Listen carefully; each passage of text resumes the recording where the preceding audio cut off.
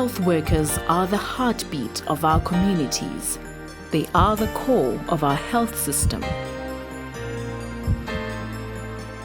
But around the world, the health workforce is in crisis. A crisis to which no country is entirely immune. There is a chronic global shortage of health workers as a result of decades of underinvestment in their education, training, salaries, working environment, and management. This has led to a severe lack of key skills, rising levels of career switching, and early retirement, as well as national and international migration.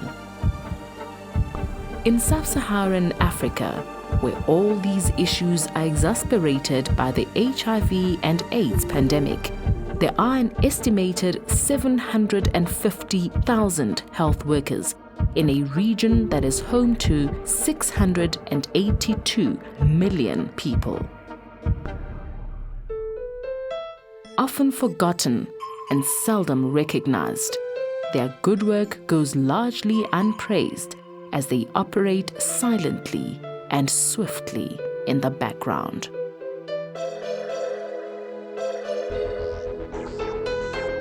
To the doctors, dentists, nurses, pharmacists, physicians, community health workers, practitioners of alternative medicine, technicians, and all our health workers in South Africa, we salute you as you keep working together for health.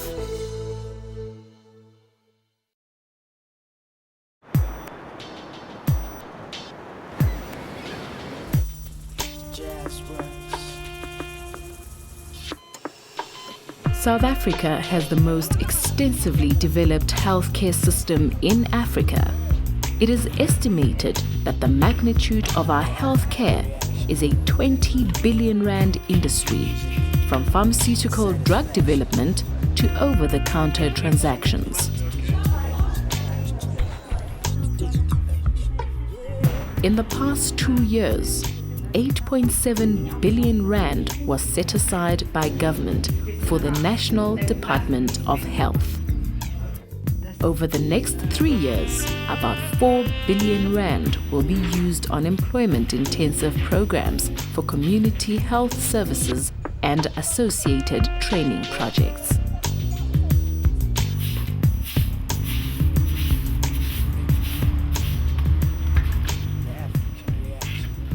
Maguru. Didn't know that I'm giving. Oh. Tunaenda kwa dafa na wana wasio. Ndi wana una mashika. Ndio kutula nitakukumaga. Zina baba tu abanye. Badoro tusana ngaziliwa. Sisi zino wala. Wako zira na imone samkegu. Ndio tu alisatuvi anaita bwana. Wasale vile. Nanga makero ni yangu ndio kubadala. Zino ziyako ndizo dabe gengona. Madoma raruka bege. Ndio wali khodamu. Atende wani. Ndiko tena. Pandelani Malauzi has been a nurse in the Limpopo province for 12 years. In 2004, she discovered that she was HIV positive. After disclosing her status, Pandelani moved from nursing to HIV and AIDS counseling. She then decided to use her skills and training where it would be most needed, in her community. Patients are no longer going to the hospital. They are sick at home. They want somebody to take care of them. So my instinct told me to resign so that I must go and help them outside. So I'm working hand in hand with the clinic and the hospital. The hospital refer those patients who are being discharged, who are unable to do anything. So I do follow up. I go and wash them, cook for them, make sure that they're taking their treatment. Most of my patients have disclosed their status. Their family knows that they are positive. disclosing is the best method for HIV. Once you disclose, you get healed. When you are looking at me, do I look like a sick patient? I don't look like a sick one because I am healed inside. And here, I'm also healed. Psychologically, I'm healed.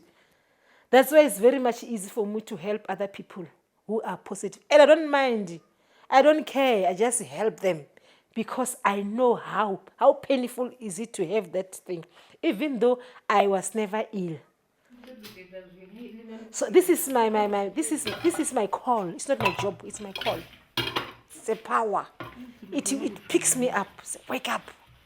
Did you forget that somebody wants you? I want them to feel happy. I want them to feel that they are being accepted by somebody who cares for them. As long as I'm there to support him, he will live. He will wake up from that bed, I'm telling you. He's going to walk. It's only that sometimes he used to ignore his treatment, saying that, I want to die, I want to die. But when I talk to him, he listens. He's going to live. That love comes from inside. I can't explain. The thing is, I love them. Maybe it's because of my HIV status. I don't know. But I love to work with those people. I love them. Whatever I need from God, I just call him direct. I'm telling you, it won't take a day before the answer came. Even when I'm short of transport money, I just tell him straight. I said, God, I need money. The phone will ring. When I check, I'll find that maybe there's 250, there's 300. Not know where it come from. That's why I like worshiping God, and I'll continue to praise him until my days I finish on this earth. And I'll continue to care for those who are unable to do anything for themselves. I'll continue. Money or no money, God will provide.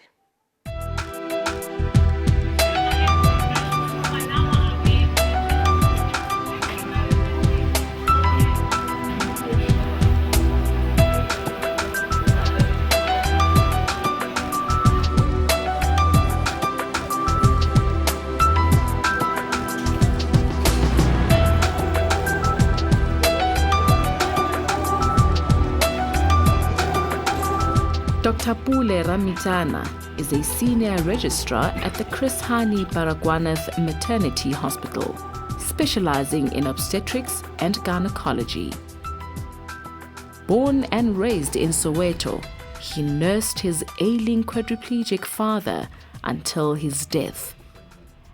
This experience instilled a passion in him to help others, and it drove him to get a scholarship to study medicine.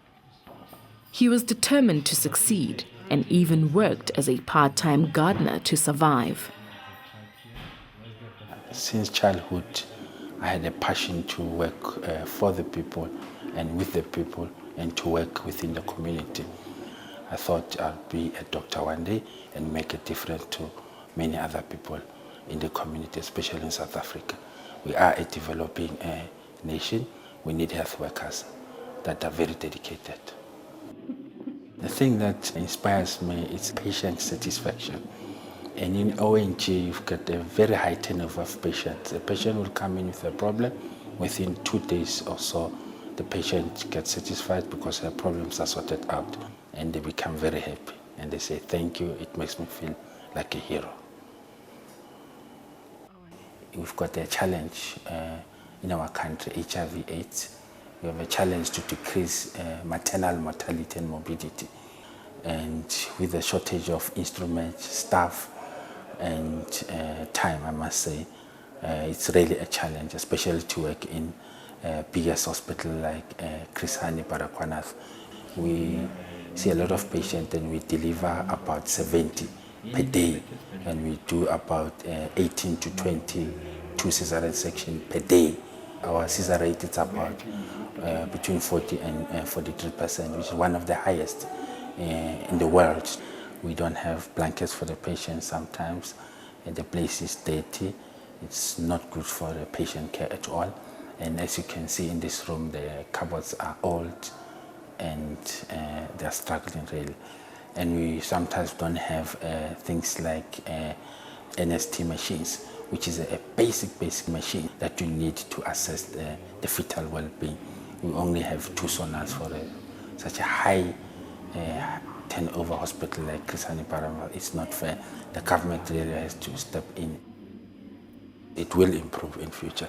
As long as the economy is improving, is stable, as long as politically the country is stable, surely there will be more money to put into healthcare, and you'll have people who are responsible in the government who take decisions, and then the country will have a brighter future in terms of healthcare delivery. For sure, it has to happen.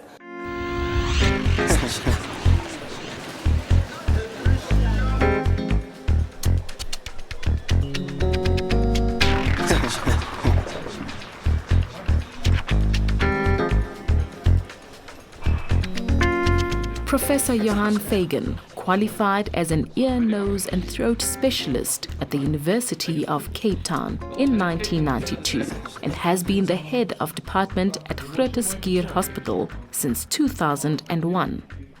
Professor Fagan teaches students and future specialists from various African countries while providing a much-needed clinical service to the entire Eastern and Western Cape regions. For a young person to decide to do medicine today presents very different challenges to what I had in my day. Given the problems with HIV, the fact that health professions are being exposed to tuberculosis, quite a few health professionals in the Western Cape in the past few years have contracted tuberculosis in the course of their work. And the fact that doctors are practicing under far more difficult economic circumstances, and that the career pathways which were pretty rosy for them in the past have also become more constrained. So most certainly to go into medicine today, they require someone who's committed to that profession, but also very importantly they should be committed to healthcare in South Africa, because we're losing far too many health professionals abroad.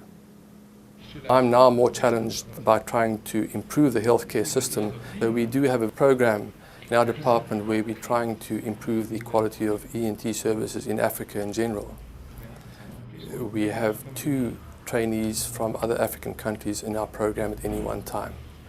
And we've trained over the years ENT surgeons from numerous countries such as Lesotho, Namibia, Zimbabwe, Kenya, Ghana.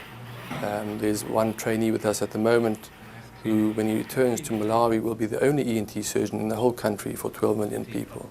So we do have a very strong vision to improve healthcare in Africa, other than South Africa as well. I think what inspires me most is the way that I've been brought up, and I've been brought up with certain values, and the principle being is that you have to put something back into your community, and you have to serve your community. And I feel that in my current position I've got the opportunity to do so, and that I think is probably the most exciting part of my work.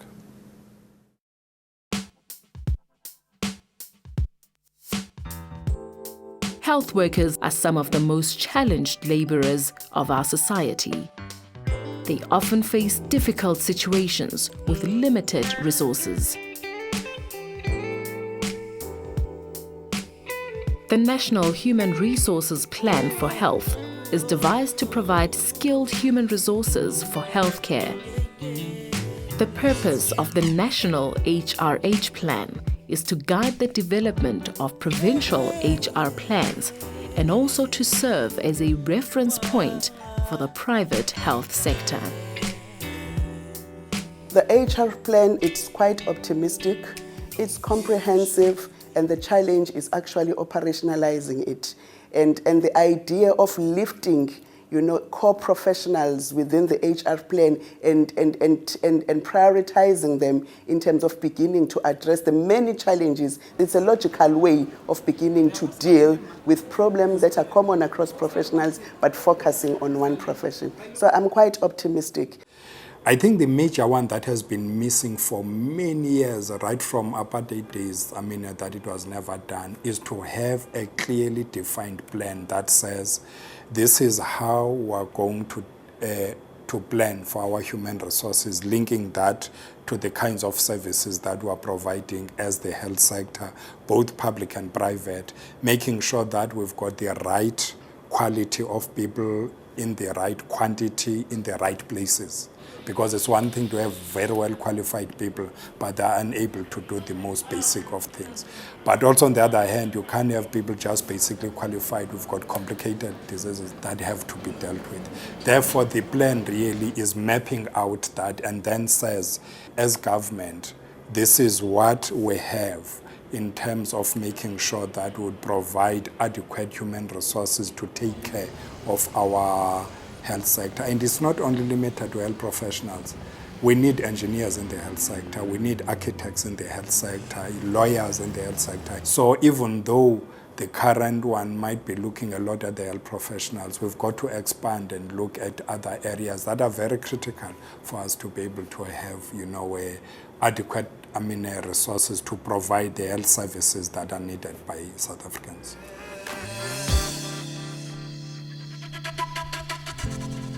Honoring and celebrating health worker excellence in South Africa is important. People depend on health workers at all times. They are always there to assist with a friendly smile and a caring hand, putting their own lives at risk to provide hope and compassionate care to our nation. Thank you very much to all the health workers who sometimes work under very difficult circumstances, particularly in the public health sector, and have decided to remain in the public health sector because they've got a passion, they've got an understanding that there is something that they must offer in this country, in the development of the quality of healthcare that we must provide for the citizens of this country. So for me, thank you very much to all of them. Time has come for one to realize where you're coming from, 'cause these futures holding stuck the good times, but there for some, what are your intentions? Better be prepared for the coming storm, coming storm. Hey, the action of my affection to the final distraction. The timely satisfaction makes this the African reaction. The action of my affection to this the final distraction. The timely satisfaction to this the African reaction.